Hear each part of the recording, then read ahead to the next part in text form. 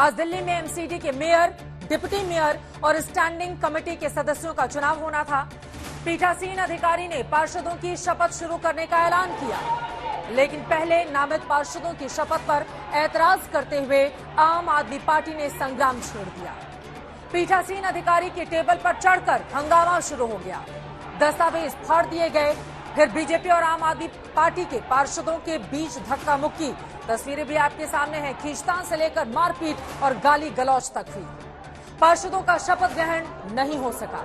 अब पीठासीन अधिकारी आगे कभी भी बैठक बुला सकती हैं। इस पूरे हंगामे में दोनों ही दल एक दूसरे पर लोकतंत्र की हत्या का आरोप लगा रहे हैं, बड़े बड़े दावे कर रहे हैं और एक दूसरे पर उंगली उठा रहे हैं। लेकिन देश की जनता ने एमसीडी के फ्लोर पर आज जो फाइट देखी है उससे सब हैरान हैं। सबसे बड़ा सवाल यही है कि क्या दिल्ली में मेयर के चुनाव में आप बीजेपी लोकतंत्र की धज्जियां उड़ा रहे हैं? क्या 250 में से 134 सीट पाने वाली आम आदमी पार्टी को मेयर चुनाव में हारने का डर है? क्या बीजेपी और आप अगले 5 साल तक दिल्ली नगर निगम में काम की जगह कोहराम मचाती रहेंगी? दिल्ली की जनता का ऐसे में क्या होगा? तमाम ऐसे सवाल हैं जिस पर दंगल में बड़ी चर्चा हम करने वाले हैं, लेकिन उसके पहले हमारी ये रिपोर्ट देखिए।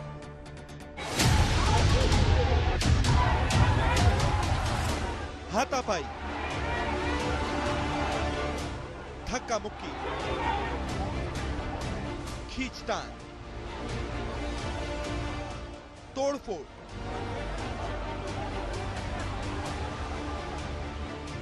गाली गलौज। एमसीडी का सदन कुरुक्षेत्र बन गया था। किसी की उंगली कटी थी, किसी के कपड़े फटे थे, किसी को घूसे पड़े थे, किसी को घसीटा गया था।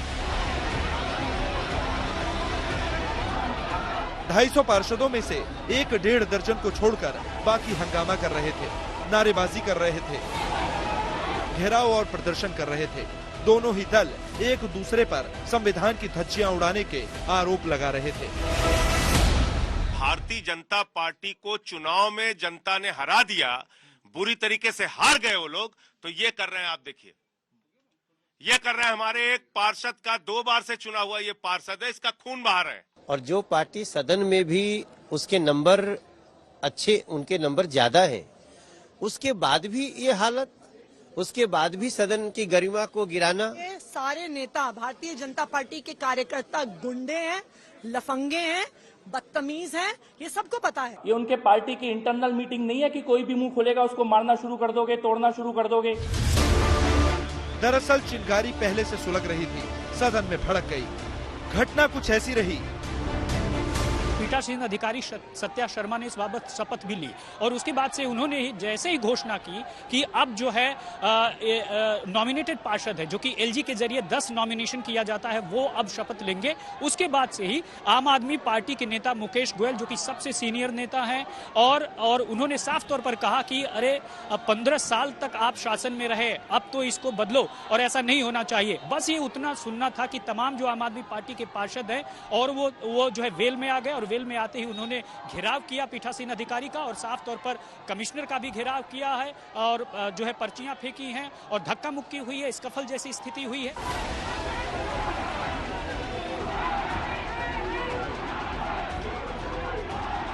आज महापौर चुना जाने वाला था, डिप्टी मेयर का चुनाव होने वाला था और सिर्फ 10 कदम आगे जो दरवाजा इसी के अंदर जो सदन है, इस सिविक सेंटर की 4थी मंजिल पर, यहाँ आज वो हुआ है जो लोकतंत्र को शर्मसार करता है। बीजेपी और आम आदमी पार्टी के काउंसलर्स, चुने हुए प्रतिनिधि एक दूसरे के साथ ऐसे लड़ रहे थे जैसे सड़क पर कोई स्ट्रीट फाइट चल रही हो।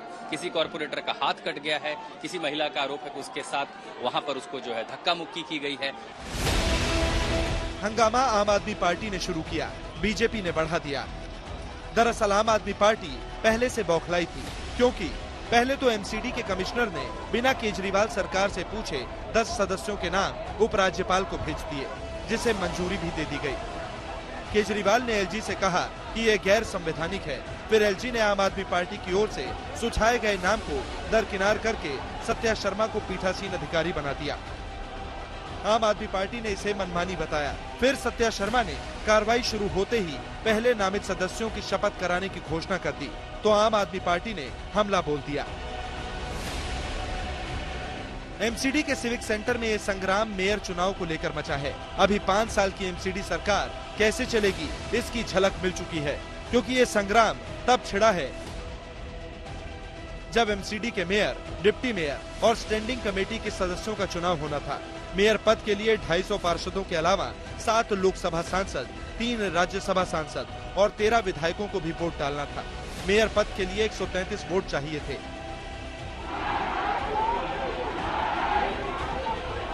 लेकिन कांग्रेस पार्टी के 9 पार्षदों ने चुनाव से दूरी बना ली थी और निर्दलीय उम्मीदवारों के अलावा आम आदमी पार्टी के पार्षदों में भी क्रॉस वोटिंग की आशंका थी। इसलिए पहले से आशंकित आम आदमी पार्टी ने शपथ से पहले ही हंगामा शुरू कर दिया। नॉमिनेटेड जो पीठासीन अधिकारी है, चेयरपर्सन है, उन्होंने जब हाउस तरीके से चलाने के लिए कार्यवाही शुरू की तो उसमें अव्यवस्था पैदा करने का काम किया। हमारी बहुत सारी महिला पार्षदों के साथ भी बदतमीजी हुई और अन्य चीजें हुई। सबसे पहले गैर कानूनी, गैर संवैधानिक प्रक्रिया से पीठासीन अधिकारी को बनाते हैं, फिर गैर संवैधानिक प्रक्रिया से पार्षदों को नॉमिनेट करते हैं। दिल्ली के मुख्यमंत्री अरविंद केजरीवाल ने संविधान के आर्टिकल 243(r) का हवाला देते हुए लिखा कि मनोनीत पार्षद वोट नहीं डाल सकते। आम आदमी पार्टी अब इस मामले में अदालत तक जाने की धमकी दे चुकी है।